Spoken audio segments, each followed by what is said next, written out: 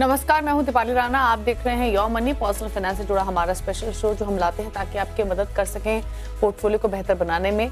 और आप अपने क्वेश्चन अब तक पहुंचा सकते हैं, अपने पोर्टफोलियो रिलेटेड क्वेरीज पर हमारे एक्सपर्ट्स की एडवाइस ले सकते हैं। अगर आप जानना चाहते हैं कैसे अपने फाइनेंशियल गोल्स को पूरा करें, फाइनेंशियल प्लानिंग को कैसे परफेक्ट बनाएं, इस तरीके के तमाम सवाल हमें शो में करते हैं शामिल। आप अपने क्वेश्चंस में भेज सकते हैं WhatsApp, email, social media platforms के थ्रू। yourmoney@nw18.com हमारी ईमेल आईडी है। 7045220000 हमारा व्हाट्सएप नंबर है। और फेसबुक, ट्विटर पर जाएंगे, #AskAwazYourMoney लिखकर अपना सवाल आप हमें लिख भेजिए। तो ये है जरिया इस शो में पार्टिसिपेट करने का। आज आपकी सभी क्वेरीज को आंसर करने के लिए ऑप्टिमम मनी मैनेजर्स के एमडी पंकज मटपाल मौजूद हैं। पंकज जी नमस्कार, स्वागत है आपका। और क्वेरीज लेंगे उससे पहले आज 2-3 इंपॉर्टेंट टॉपिक्स के बारे में चर्चा कर लेते हैं।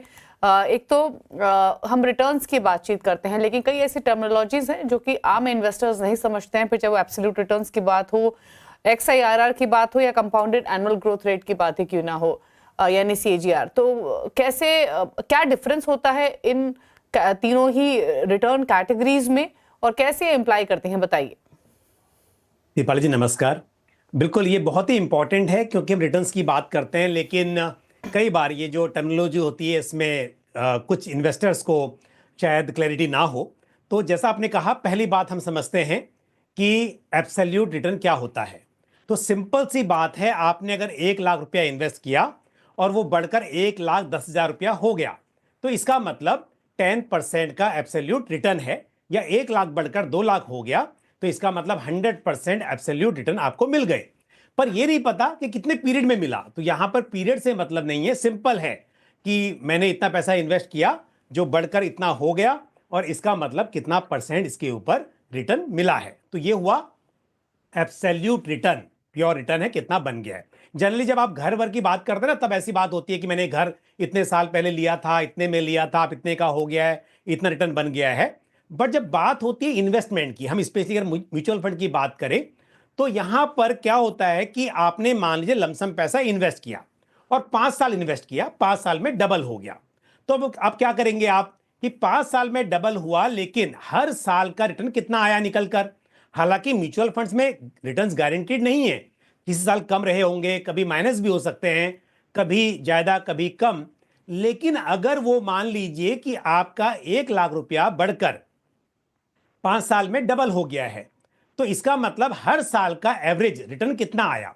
दूसरी बात क्या है, जो रिटर्न आया, अब आप कैलकुलेट ऐसे कर रहे हैं कि यदि आप बैंक में मान लीजिए FD कर रहे होते थे तो आपको वहां पर कंपाउंडेड रिटर्न मिलते, इंटरेस्ट जो होता कंपाउंडिंग होता। तो यही मानकर आप चल रहे हैं कि म्यूचुअल फंड में 1 लाख 2 लाख तो बना, पर मैं अगर कैलकुलेट करूं कि हर साल कितना पैसा बढ़ा और उसके ऊपर अगर वो 1 लाख का 1,12,000 रुपया हो गया था, अगले साल मुझे 1 लाख पर भी प्रॉफिट मिलता और 12,000 प्रॉफिट मिलता। तो ऐसे करके टोटल जो पैसा बना है, हर साल का एवरेज कितना आया। तो इस केस में हम क्या करते हैं, हम कैलकुलेट करते हैं कंपाउंडेड एनुअल ग्रोथ रेट, कि हर साल कितने परसेंट से कंपाउंडिंग ग्रोथ हुई होगी कि 1 लाख वो 2 लाख बन पाया। अब म्यूचुअल फंड की अगर बात करें या हम ऐसे रिटर्न्स कहीं भी देखें जहां पर रिटर्न्स आपको कम ज्यादा तो होते ही हैं, पर साथ साथ क्या है ना, देखिए अगर आप SIP कर रहे हैं, मान लीजिए आपने हर महीने SIP की और 5 साल तक की, तो पहले महीने से जो SIP शुरू हुई उस पर तो आपको 60 मंथ का रिटर्न मिला, 60 महीने तक आप क्योंकि इन्वेस्टेड रहे। लेकिन ऐसे हर अगली SIP कम टाइम तक आपकी इन्वेस्टेड रही। तो ऐसे में क्या होता है कि अगर हम, जैसे मैंने एग्जांपल दिया कि 5 साल के लिए SIP कर रहे हैं, तो जो लास्ट की SIP थी वो तो एक ही महीने के लिए ग्रो हो पाई। तो ऐसे में इसे हम कंपाउंडेड एनुअल ग्रोथ रेट नहीं कैलकुलेट करेंगे, एब्सोल्यूट नहीं करेंगे, हम इसके लिए extended internal rate of return निकालते हैं।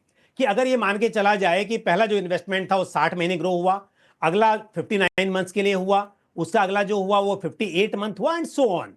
तो इस तरह से जब हम कैलकुलेट करते हैं, फिर ऐसा भी हो सकता है कि बीच में आपको कुछ डिविडेंड मिला जो री इन्वेस्ट हो गया, या आपने उसी में टॉपअप कर दिया, वो टॉपअप किया, वो लमसम अमाउंट किया। तो यहां पर अनइवन कैश फ्लो है और आप कभी ज्यादा कभी कम इन्वेस्ट भी कर रहे हैं। तो ऐसे में XIRR यानी कि extended internal rate of return निकालना सही रहता है। ये आपको एक बताता है कि लॉन्ग टर्म में अगर आपने कभी कम ज्यादा किया है, अलग अलग टाइम के लिए किया है, तो आपका एवरेज रिटर्न कितना निकल कर आया है।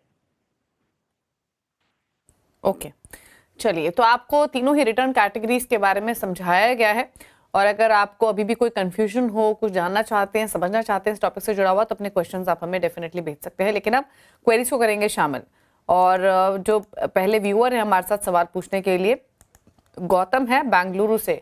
गौतम नमस्कार, बताइए क्या सवाल है आपका? मैम एक्चुअली मुझे लॉन्ग टर्म के लिए इन्वेस्ट करना है। एक्चुअली मैं प्लान कर रहा हूँ 50K का SIP, okay, for the long term like 15 years और may be more than that also.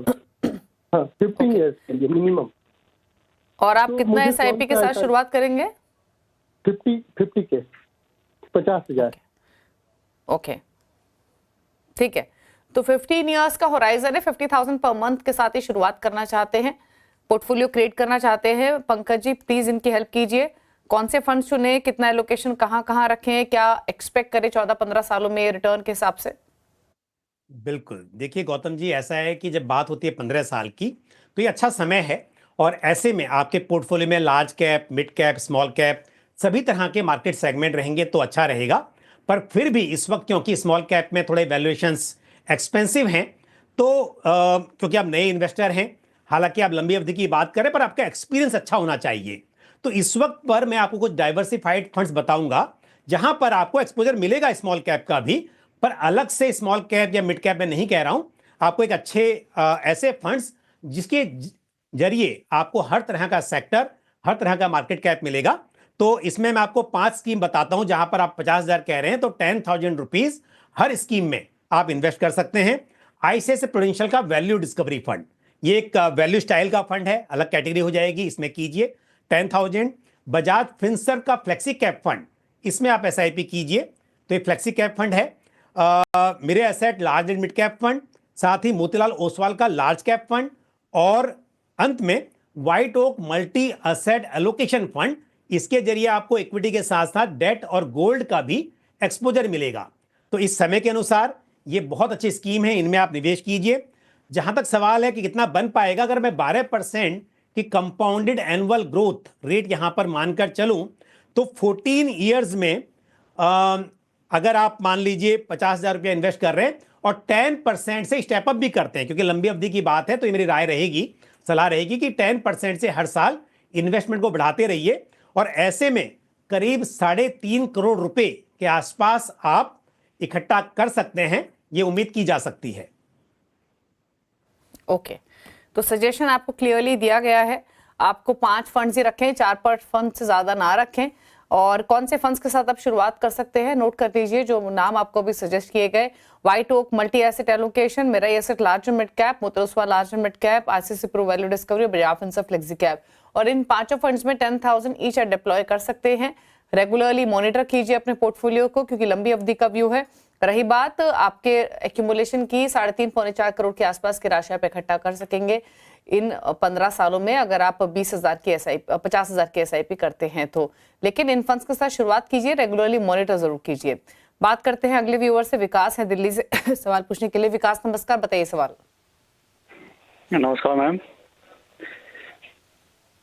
पूछिए क्या सवाल है आपका?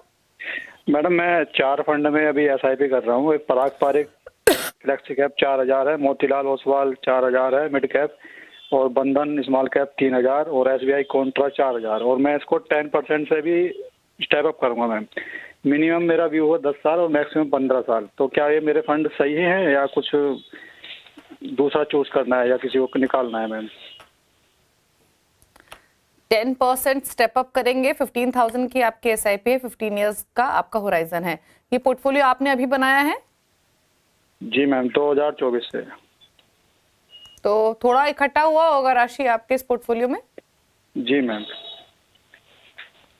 ओके, कौन कौन से फंड्स हैं? Parag Parikh flexi cap, Motilal Oswal mid cap, SBI contra, Bandhan small cap. 3,000 से 4,000 के SIP है, टोटल 15,000 की, 10% स्टेप अप कर रहे हैं, 15 इयर्स का होराइजन।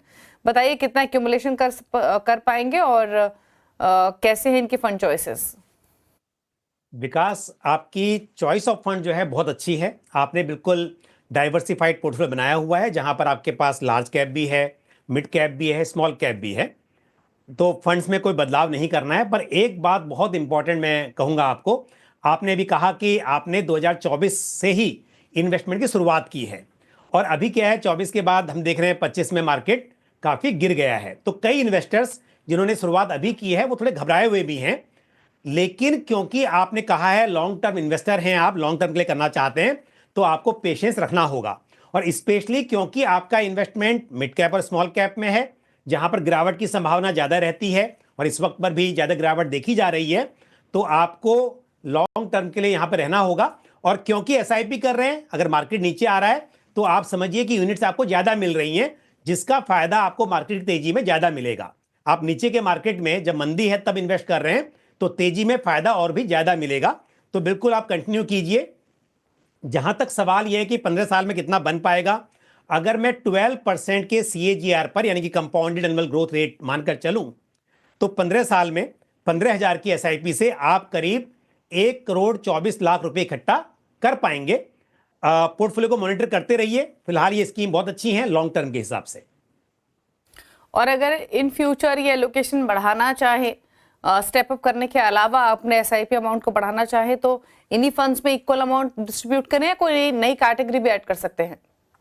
देखिए, अगर फिलहाल के लिए बढ़ाना चाह रहे हैं तो मैं कहूंगा कि स्मॉल कैप मिड कैप में ना करके आप पारंपरिक फ्लेक्सी कैप जो आपके पास में उसमें आप बढ़ा लें।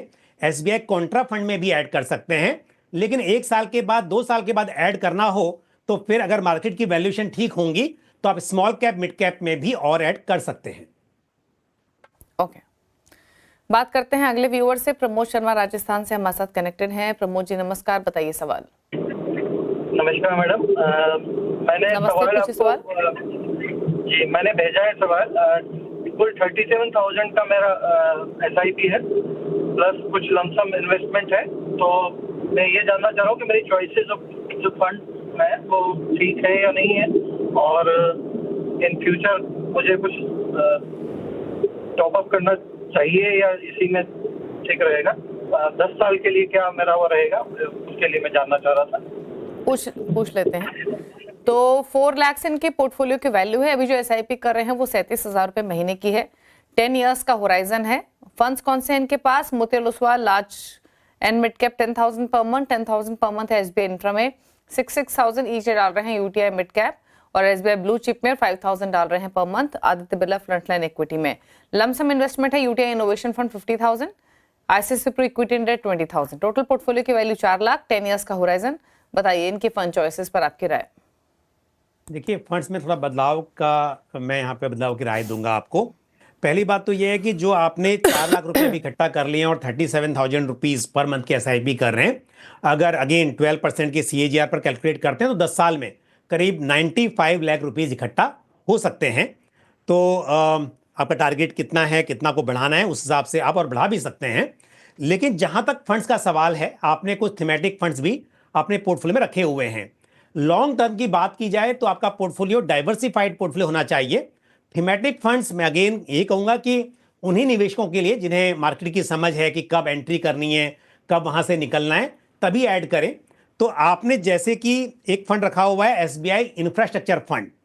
अब ये इंफ्रास्ट्रक्चर एक थीम है और मुझे लगता है कि आपको लॉन्ग टर्म के हिसाब से इससे स्विच कर लेना चाहिए। तो SBI का ही दूसरा फंड है SBI कॉन्ट्रा फंड, उसमें आप स्विच कर लें और फिर लॉन्ग टर्म तक वहां बने रहें। इसी तरह से आपके पास में एक और भी थीमेटिक फंड है, हालांकि इसमें लमसम छोटा अमाउंट किया हुआ है, ICICI प्रूडेंशियल इनोवेशन फंड। फिलहाल बने रहें उसमें, पर मेरी राय यही होगी कि देखा जाए तो आपको डाइवर्सिफाइड फंड्स में ही निवेश करना चाहिए। ABSL इक्विटी फंड जो है वो अभी ABSL फ्लेक्सी कैप फंड बन गया है, उसमें आप बने रहें। तो इसके अलावा बाकी जो फंड्स हैं आप बने रह सकते हैं उनके अंदर, लेकिन SBI इंफ्रास्ट्रक्चर फंड को आपको जरूर स्विच करना चाहिए SBI कॉन्ट्रा फंड में। तो ये मेरी राय है। और बाकी फंड जैसे मैंने कहा वो ठीक हैं, और कितना अमाउंट बन सकता है वो मैंने को बताया कि 10 पर अगर आप वैसे जो आपका 4 लाख और 37 की SIP कर रहे हैं तो 95 लाख बन पा रहा है। बट जो हमेशा कहता हूं कि आपको स्टेप अप करना चाहिए जब लॉन्ग टर्म की बात होती है, और 10% से यदि आप अपने पोर्टफोलियो को SIP अमाउंट को हर साल बढ़ाते रहते हैं, उन्हीं 10 साल में आप करीब करीब 1,33,00,000 रुपए इकट्ठा कर पाएंगे। तो ये भी जरूर कर लीजिए कि समय के साथ आप निवेश की राशि को बढ़ाते रहें, स्टेप अप करें। ओके, चलिए, तो ये सलाह दी गई है आपके पोर्टफोलियो को लेकर, थोड़े बदलाव आपको सजेस्ट किए गए हैं। एसबीआई इंफ्रा को एसबीआई कॉन्ट्रा से आप रिप्लेस करें, आदित्य बिरला इक्विटी को आदित्य बिरला फ्लेक्सी कैप से आप रिप्लेस कीजिए। डाइवर्सिफिकेशन रखिए अपने पोर्टफोलियो में फॉर लॉन्ग टर्म। रही बात एक्यूमुलेशन की, 1.25 करोड़ के आसपास की राशि ऑन एन एवरेज आप इकट्ठा कर पाएंगे।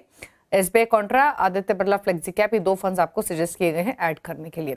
रुक रहे हैं इसी के साथ एक ब्रेक के लिए, लौटेंगे तो कुछ और क्वेश्चंस को करेंगे शामिल। आप देखते रहिए योर मनी।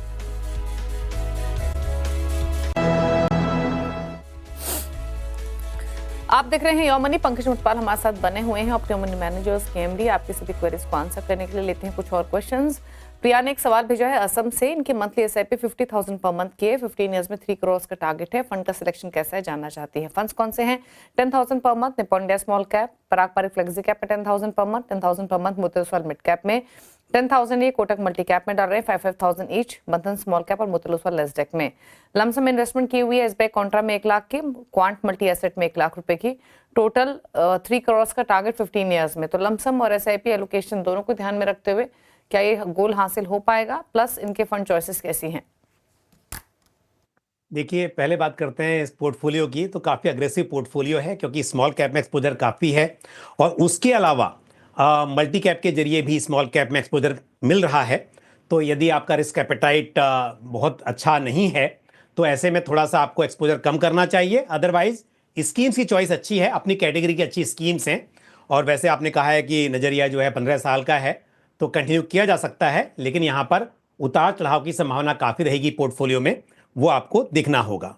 दूसरी बात यह है कि जहाँ तक कितना पैसा बन पाएगा, अगेन 50,000 रुपीज़ पर मंथ की यदि SIP कर रहे हैं तो 15 ईयर में करीब 2.5 करोड़ रुपये इकट्ठा किया जा सकता है। और यदि आप यहाँ पर अगेन स्टेप अप करें 10% से तो करीब 4.25 करोड़ रुपये इकट्ठा हो सकते हैं। तो यदि बिना स्टेप अप के करते हैं तो आपको, जैसे मैंने कहा, कि करीब 3 करोड़ रुपये, अदरवाइज 4.25 करोड़ रुपये तक इकट्ठा हो पाएंगे। और स्कीम में मैंने को बता दिया कि बदलाव करना है तो तभी करना है अगर आपका रिस्क एपेटाइट थोड़ा बहुत स्ट्रांग नहीं है, आपको घबराहट होती है उतार चढ़ाव से। अदरवाइज आप कंटिन्यू अपनी SIP रख सकती हैं। ओके, तो यानी 2.5 करोड़ के आसपास की राशि 15 साल में इकट्ठा कर सकेंगे। थोड़ा भी स्टेप अप करेंगे तो अपने गोल को हासिल कर लेंगे, और सालाना 10% स्टेप अप करेंगे तो गोल से कहीं ज्यादा, लगभग 4-4.5 करोड़ का आप एक्यूमुलेट कर लेंगे। फंड सिलेक्शन अच्छा है, लेकिन अग्रेसिव है, तो इसीलिए आपको रेगुलरली मॉनिटर करना पड़ेगा, इस बात का खास ख्याल रखें। बात करते हैं शमशेर चांद से, जम्मू एंड कश्मीर से हमारे साथ मौजूद है। शमशेर जी नमस्कार, बताइए अपना सवाल।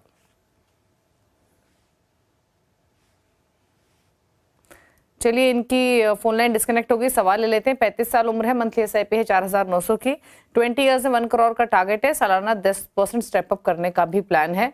पोर्टफोलियो ओवरलैप तो नहीं है, और क्या PPF में जो निवेश कर रहे हैं उसे बंद कर दे जानना चाहते हैं, यानी PPF का अमाउंट भी SIP में एलोकेट करें या फिर नहीं। फंड्स कौन से हैं? 1,700 रुपये महीना SBI स्मॉल कैप, 1,200 रुपये महीना Motilal Oswal mid cap, 1,000 Kotak multi cap और ICICI प्रू ब्लू चिप में। सुकन्या समृद्धि योजना में मंथली बेसिस पे 5,000, PPF में मंथली बेसिस पे 1,000 डिप्लॉय कर रहे हैं। फिलहाल टोटल 4,900 की SIP है। तो 2-3 क्वेश्चन हैं इनके, पंकज जी बताइए सजेशंस। देखिए, शमशेर सिंह जी के लिए भी वही बात है, सेम जो मैंने पहले कहा। शमशेर चंद जी का जो पोर्टफोलियो वो भी काफ़ी अग्रेसिव पोर्टफोलियो है, स्मॉल कैप में काफ़ी एक्सपोजर है, और ऐसे में जब वैल्यूएशंस एक्सपेंसिव हैं तो ये बताना बहुत ज़रूरी है कि या तो आप घबराएं नहीं उतार चढ़ाव से और लंबे समय तक धैर्य बनाकर रखें, अदरवाइज थोड़ा एक्सपोजर कम करें तो ये बेहतर होगा। और जहाँ तक सवाल है कि कितना पैसा बन सकता है, अगेन 12% के CAGR पर करीब 91 लाख रुपीज़ अब इकट्ठा कर पाएंगे अगर आपका 4,900 रुपये की SIP कर रहे हैं, वो भी तब जब 4,900 की SIP है और अगेन 10% से आप हर साल स्टेप अप करेंगे, तब आपके करीब 91 लाख रुपीज़ इकट्ठा हो सकते हैं। और अगर एक बात और बता दूंगा कि लॉन्ग टर्म की जब बात होती है तो इन्फ्लेशन को ध्यान में रखना चाहिए। आज से 20 साल की आप बात कर रहे हैं तो 20 साल के बाद 1 करोड़ की वैल्यू यदि मैं 6% की महंगाई दर मानकर चलूं तो भी आज के लगभग 31 लाख के आसपास ही होगा। तो इस हिसाब से आपको SIP बढ़ानी चाहिए और स्मॉल कैप में एक्सपोजर थोड़ा कम करें तो ये बेहतर होगा। दूसरी बात यह है कि हालांकि आपने 1 करोड़ कहा था तो 6% से भी अगर आप स्टेप अप करेंगे तो 1 करोड़ बन सकता है, पर जैसा मैंने कहा कि वैल्यू काफ़ी कम हो जाएगी 20 साल के बाद। जितना अधिक से अधिक हो सके इन्वेस्टमेंट करते रहें। और रही बात PPF के पैसे को निकाल कर या EPF के पैसे को निकाल कर इन्वेस्ट करने की म्यूचुअल फंड में, तो मेरे हिसाब से देखिए पोर्टफोलियो में रिस्क और रिटर्न दोनों के बीच बैलेंस बनाना जरूरी है। तो आपका जो पैसा ऑलरेडी ईपीएफ में है, पीपीएफ में है, उसे आप जारी रखें, उसे ना निकालें, लेकिन अलग से जो पैसा बचा रहे हैं हर महीना, उसे आप इक्विटी ओरिएंटेड म्यूचुअल फंड में एसआईपी के जरिए निवेश करते रहें। ओके, चलिए, तो ये आपको सजेशन दिया गया है। 1 करोड़ के आसपास का कॉर्पस आप इकट्ठा कर पाएंगे, नजदीक पहुंच पाएंगे अपने लक्ष्य के लिए, लेकिन एसआईपी को बढ़ाइए थोड़ा सा। 20 साल का समय लंबा होता है, महंगाई भी बढ़ेगी तो 1 करोड़ की वो वैल्यू नहीं रहेगी जो कि अभी है। वही बात पंकज जी ने भी आपको समझाई, तो उस चीज को ध्यान में रखिएगा। और रही बात आपके पोर्टफोलियो की, तो वो बेहतर है, बने रहिए। थोड़ा एक्सपोजर एसबीआई स्मॉल कैप में कम कर सकते हैं, इन्वेस्टेड रहिए, लेकिन कोशिश करते रहिए थोड़ा थोड़ा एलोकेशन बढ़ाने की। डेफिनेटली अपने गोल को आप हासिल कर पाएंगे। चलिए, सवाल तो इतने ही लेंगे पंकज जी। कोई टॉप 4 फंड्स जो आपने आइडेंटिफाई किए हों हमारे व्यूअर्स के लिए नए पोर्टफोलियो क्रिएशन के हिसाब से? बिल्कुल दीपाली जी, एक तो ICICI Prudential value discovery fund, इस फंड को आप शामिल कीजिए पोर्टफोलियो में। बजाज फिनसर्व का flexi cap fund, Mirae asset large and mid cap fund, और साथ ही White Oak multi asset allocation fund, ये 4 फंड्स इस समय लॉन्ग टर्म के हिसाब से अच्छे लग रहे हैं। ओके, तो ICICI Pru value discovery, Bajaj Finserv flexi cap, Mirae asset large and mid cap, White Oak multi asset allocation, ये 4 फंड्स हैं। लॉन्ग टर्म के हिसाब से कंप्लीट पोर्टफोलियो पैकेज ये हो सकता है। ये रही पंकज जी के choices. Thank you Pankaj ji show में आने के लिए और सभी क्वेरीज को आंसर करने के लिए। इसी के साथ एक ब्रेक के बाद भी खबरें जारी है CNBC आवाज पर। नमस्कार।